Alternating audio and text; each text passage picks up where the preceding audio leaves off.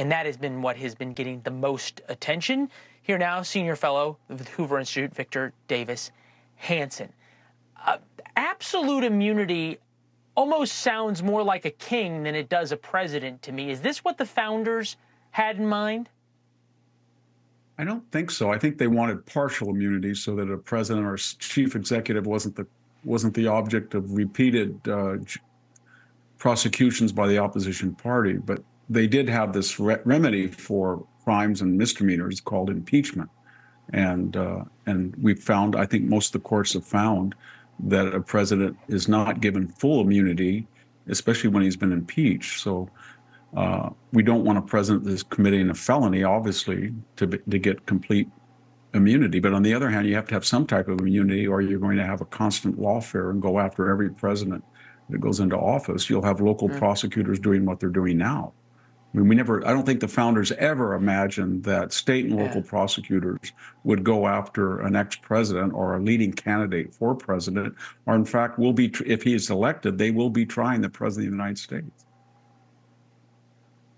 It's pretty wild when you think about the idea that a local prosecutor in Georgia or an attorney general in New York can run for office on the idea of effectively indicting up far beyond their one elected office. And look, it makes sense. You could have a prosecutor run on indicting any president or a presidential candidate.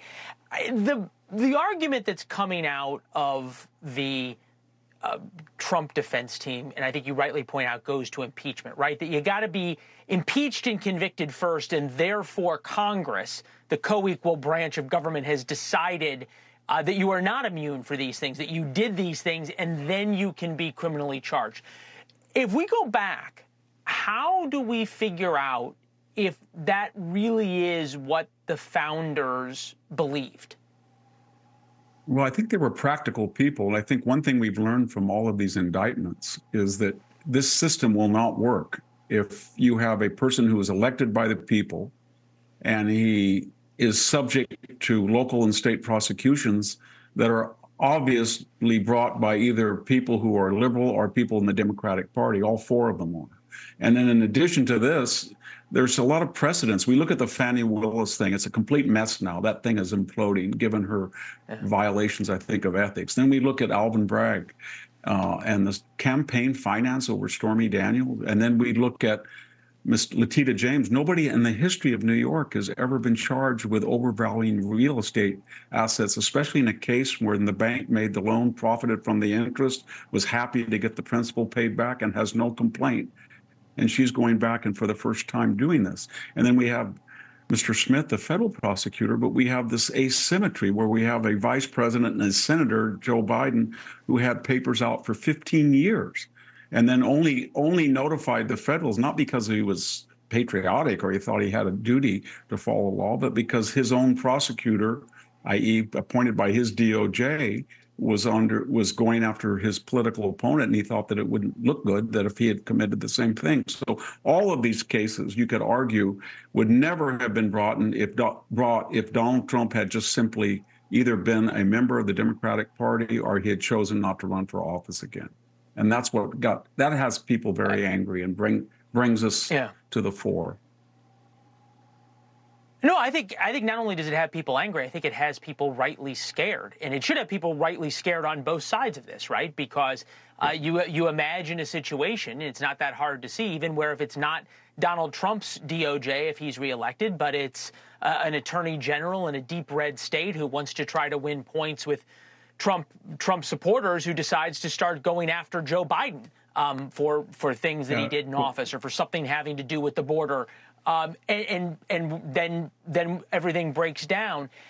I guess my question to you, and I always... Yeah, that's a discussion that's going on. I guess I'll be brief. Yeah. How do we put the genie back in the bottle? I don't know. That's the discussion that's going on. You have a lot of Republicans that say if you go tit for tat, this is going to deteriorate into a third world chaotic situation, and it's not going to work. So you have to have forbearance and not do this when you take power. On the other hand, there's other Republicans that say This is a long line. These are people who took a leading candidate off the ballot. We've never had that before. They've impeached a president twice in his first term. We've never had. They tried him as a private citizen.